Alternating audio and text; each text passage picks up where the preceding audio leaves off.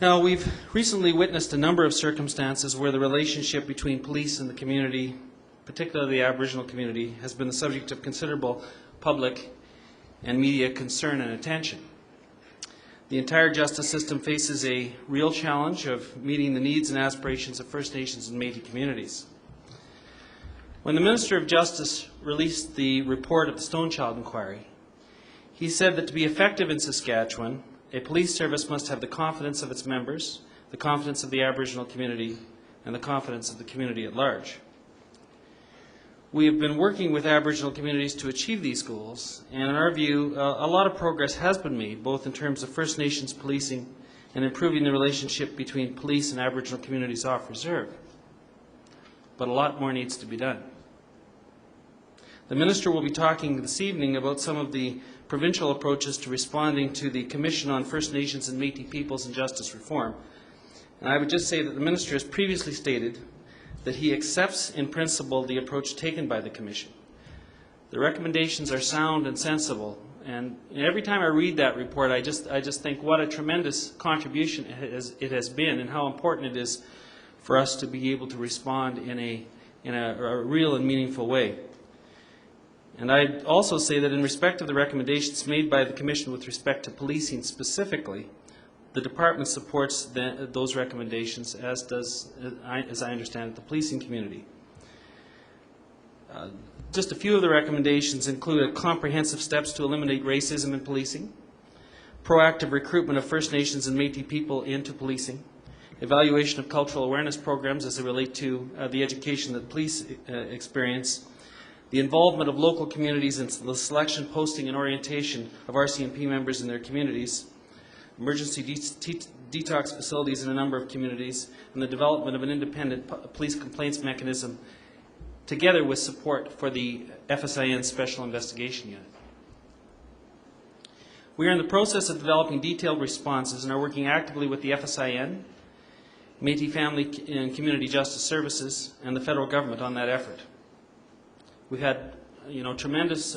We have a good working relationship with all of those organizations. It's encouraging to see the federal government get on board with this work. The Vice Chief and the Minister had a chance to meet with Minister Kotler on Monday of this week in Ottawa. Really, probably a precedent-setting meeting in many ways, where we talked about implementation of the Commission work.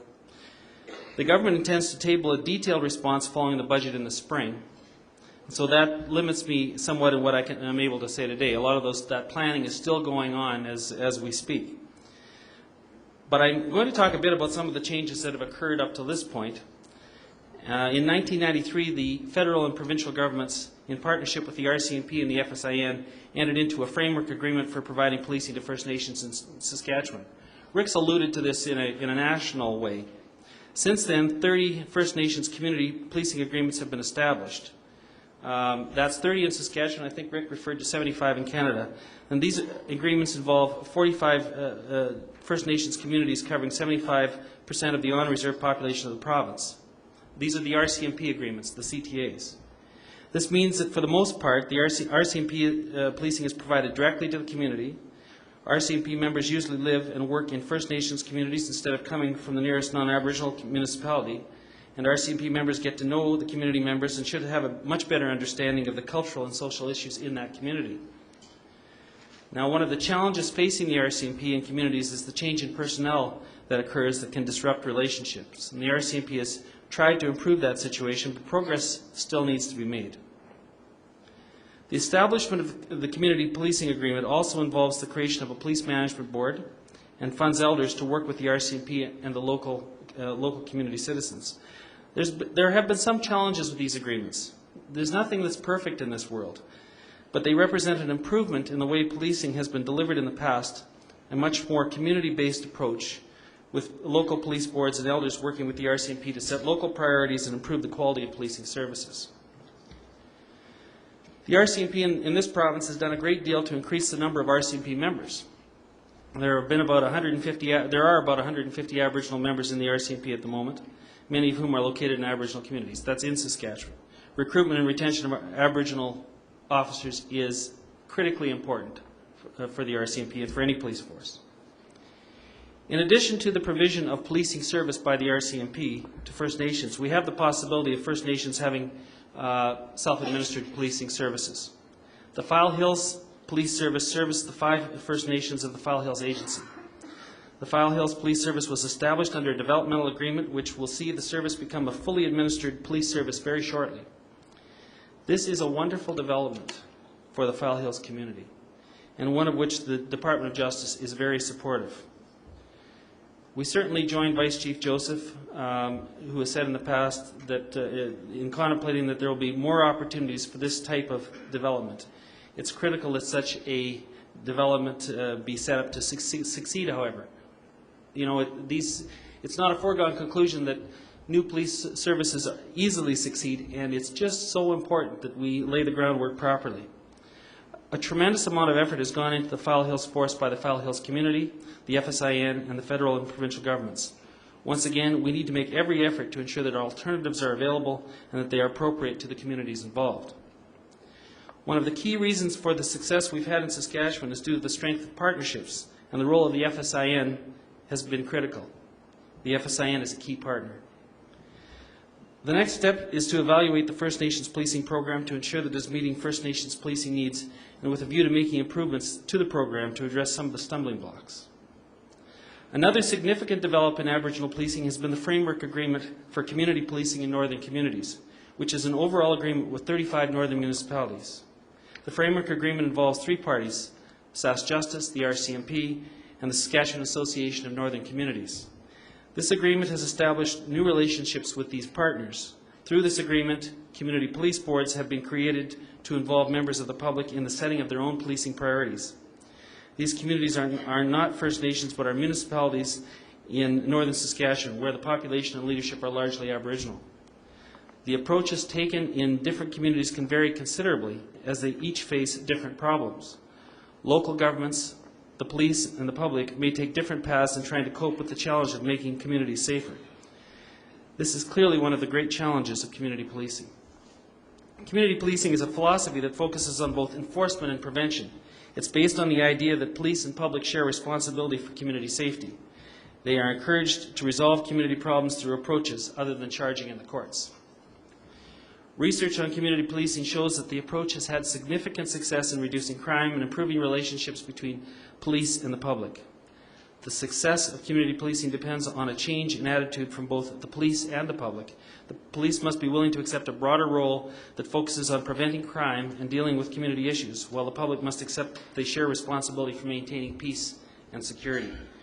We are strongly in support of this approach to policing throughout Saskatchewan in both urban and rural settings.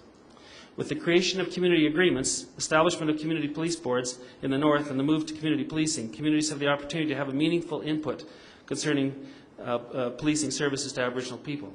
At least that's the direction it needs to go. It won't have occurred in all communities, but it needs to be there. By extension, communities have become more organized, sophisticated, and aware of police governance and how it can influence development in other areas. With increased capacity, links to economic and community development become more obvious and workable.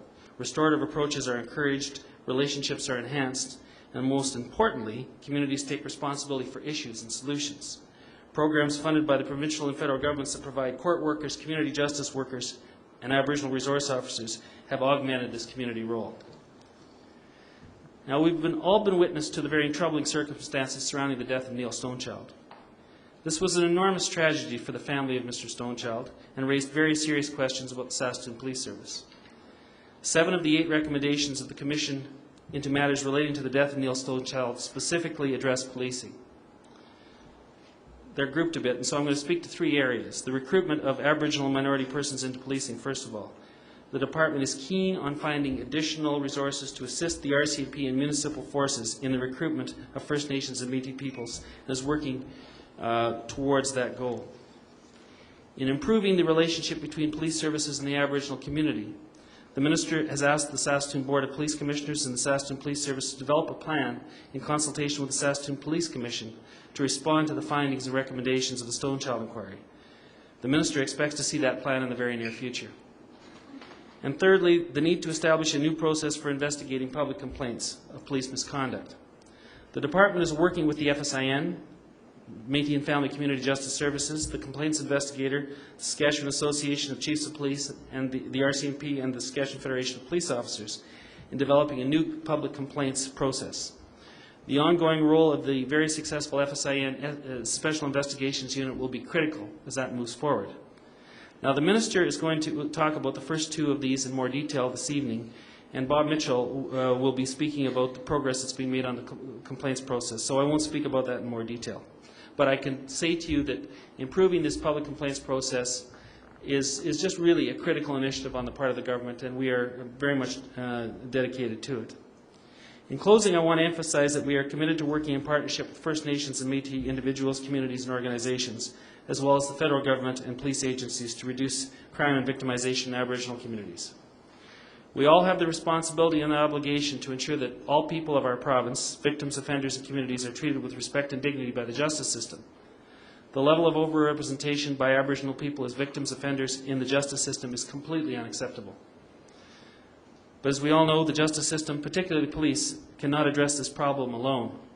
This will be a multi-sector, multi-government response, as well as a community and family response, I think, which is very much consistent with the findings of the Aboriginal Justice Commission. We'll all have to pull together to ensure that future tragedies do not occur. Ultimately, our vision for Saskatchewan is of a province where all children, families, and seniors feel safe in their homes and their communities. I believe that together we'll be able to create a healthy, just, and prosperous Saskatchewan for the next century. Thank you very much.